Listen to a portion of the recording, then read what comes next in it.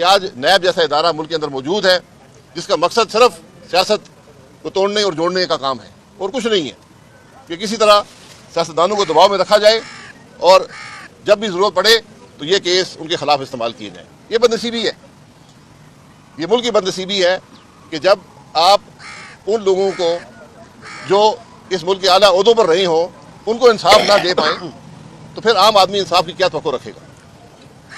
ये मामला ज़रा मैं उम्मीद करता हूँ कि मौजूदा चीफ जस्टिस का नोटिस लेंगे, नैब के चेयरमैन भी नए हैं, वो नोटिस लें और उनके इख्तियार में है कि इन केसों को या प्रोसिक्यूट करें, यहाँ पर विटनेसेस आएँ, बात करें या इन केसों को ख़त्म करें। ये बताएं सर, आप तो अवामी आदमी, अवामी इज्तिमा में रहने से आप खुशी देखते हैं, तो ये बड़ा इज्तिमा हुआ है, उसमें आप जो नहीं मेरे भाई इज्तिमा में जाना ज़रूरी नहीं होता, इज्तिमा में जाना मैं नहीं गया, मैंने पहले भी जिक्र किया है जी। मैं पार्टी का सीनियर लीडर नहीं हूँ, जी मैं अदालत में खड़ा हूँ। सर आपकी बातों से इस तरह अंदाजा हो रहा है कि बहुत जल्द अब एक प्रेस कॉन्फ्रेंस करने वाले हैं, कोई नई पार्टी का जो है वो अनाउंस करने मैं वो प्रेस कॉन्फ्रेंस कर रहा है दूसरी जमात के लोग हैं जी, जब हुक्म फरमाएंगे जी। अच्छा ये बताएं सर, अगली फैसला है मिलिट्री कोर्ट को खत्म कर दिया गया है, तो आप इस बात करते हैं सुप्रीम कोर्ट के फैसले के साथ? मैं पहले कहता रहा हूँ कि कोई स्टैंडिंग मिलिट्री कोर्ट नहीं है, कम से कम मेरी नॉलेज में नहीं है, हो सकता है ख्वाजा नवीद साहब बता दें को है या नहीं है। मिलिट्री में कोर्ट मार्शल होता है, एक समरी कोर्ट बनाया जाता है, वो कोर्ट मार्शल करता है, उसमें कुछ जुरिस्डिक्शंस हैं जहाँ पर सिविलियन अगर मुलव्वस हो किसी ऐसे मामले में किसी फौजी अफसर के साथ तो उसका आप कर सकते हैं, उसको वहाँ पर ट्रायल कर सकते हैं और माजी में हुए भी हैं। लेकिन अब सुप्रीम कोर्ट ने वाज़ेह इंस्ट्रक्शंस दे दी हैं कि ये ट्रायल नहीं हो सकेंगे, तो फिर जो भी दूसरा अदालत है उसके अंदर वो ट्रायल हो जाएगा। भाई साहब ये बता दें, मियां साहब आ चुके हैं, क्या आपका उनसे मुलाकात का इरादा है? नंबर 1, यहाँ का सियासी लाएमल आइंदा का क्या होगा? क्या नून लीग के टिकट पर आप इलेक्शन लड़ेंगे? मेरे भाई सियासी लाएमल मैं बता दूंगा, आज सियासत की बात आपने करनी है तो लहदा प्रेस कॉन्फ्रेंस कर लें। सियासी लाएमल ये है कि मैं पहले कह चुका हूँ कि जो मुल्क की मौजूदा सियासत है इसके अंदर मैं इलेक्शन लड़ने का कायल नहीं हूँ, कम से कम 20 दफ़ा कह चुका हूँ, क्योंकि ये जो सियासत है ना, ये इलेक्शन जो है ये मुल्क के को रिलीफ दे पाएंगे। मेरे भाई मैं नून लीग से अलग हूँ या ना हूँ, तो सवाल ये नहीं है, मैं सवाल आपके सामने रखा है मुल्क की सियासत का। जिस इलेक्शन में ना अवाम को फ़ायदा मिले ना मुल्क को फ़ायदा मिले, जिस सियासत से मुल्क का नुकसान हो अवाम का नुकसान हो, मैं उसका कायल नहीं। अच्छा सर ये बता दीजिएगा, 76 साल गुजर चुके हैं, मुख्तलिफ सियासी अदवार गुजरे, सियासी जमातें सामने आई हैं, ये बताइएगा इस्टेब्लिशमेंट आप जो मौजूदा इस वक्त सियासत चल रही है उसमें इस्टेब्लिशमेंट की इन्वॉल्वमेंट बहुत ज़्यादा होगी, इस वजह से आप थोड़ी सी सियासत से अलग हुए हैं या कोई और मामला? नहीं देखिए, मैंने कहा ना, जो सियासत मुल्क के हक में ना हो, अवाम को रिलीफ ना दे सके, मैं उसका कायल नहीं हूँ। सर आपसे लोग सवाल इसलिए कर रहे हैं कि आप 11 खिलाड़ियों में शामिल होते थे नून लीग की, इसलिए थोड़ा सा दूर है। मैं 11 खिलाड़ी में नहीं था, मैं दूसरे नंबर पे था। मैं देखिए, ये सियासत जो होती है ये आपका अपना काम होता है। मैं हमेशा सियासत को जिम्मेदारी समझा है और उसी को इस तरह काम किया है। जब मैं जिम्मेदारी पूरी ना कर सकूं, जब मैं जिस बात का कायल ना हूं, उसमें हिस्सा नहीं लेता। भाई साहब ये सवाल बार बार इसलिए आ रहा है कि एक री-इमेजिनिंग पाकिस्तान का एक गलगला उठा, पूरे पाकिस्तान में आप लोगों ने सेमिनार्स किए, फिर अचानक नई पार्टी का शोर शुरू हो गया, फिर अचानक पता चला कि आप मियां साहब से मुलाकात के लिए लंदन पहुंच गए, उसके बाद डाइन फिश। ये आपकी एक सोच है।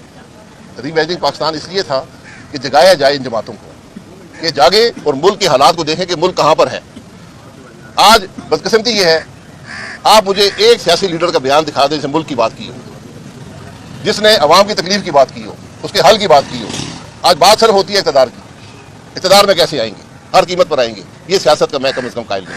अच्छा सर, हो गई बात। आप जब तकरीरें नहीं सुनते किसी की तो आपको कैसे पता कौन सा सियासतदान क्या कहता है? आपसे पता चल जाता है। बात करते हैं आज़ादी सियासत की है इस मुल्क में, आज़ादी साफत है, आज़ादी सियासत जितनी आज़ादी साफत है इतनी आज़ादी सियासत है। ये चीज़ें बेहद जुड़ी होती है। मौसम तब्दील हो रहा है मुल्क का, सियासी मौसम की तब्दीली नजर आ रही है आपको? मैंने कहा सियासी मौसम की तब्दीली से क्या होगा? क्या मुल्क के मसाइल हल होंगे? मुझे वो तब्दीली चाहिए जिससे मुल्क के मसाइल हल हो, जिससे अवाम को रिलीफ मिले, ये मुल्क तरक्की करे। आप सब हज़रात अपने हालात देखें कि आप आज के हालात क्या आपके बेहतर है। आज आप आम आदमी से सड़क पर पूछें, आपको पता चल जाएगा मुल्क के हालात क्या हैं। इसको हल करने के लिए कोई कोशिश हो रही है? मुझे तो नजर नहीं आती। मैंने री-इमेजिनिंग पाकिस्तान में हर रोज हल बताया। जब तक आप आइन और कानून के मुताबिक सियासत नहीं चलेगी, मुल्क के निजाम नहीं चलेगा, रिफॉर्म्स नहीं होंगे, आपका मुल्क आगे नहीं बढ़ेगा। अच्छा सर, मैं बार बार ये कहता हूँ, नैब रहेगा तो मुल्क नहीं चलेगा। नवाज शरीफ साहब ने दावा किया है कि अब हम आगे हैं, सियासत में चेंज भी आएगी और ये मुल्क तरक्की भी करेगा, बहुत सी नई पॉलिसीज जो है वो अपने साथ लेके आए। आप ये ठीक बात है, जुडिशल लीडरशिप इकट्ठी नहीं बैठेगी, मुल्क के मसाइल का हल नहीं निकलेगा। ये बात याद रखें।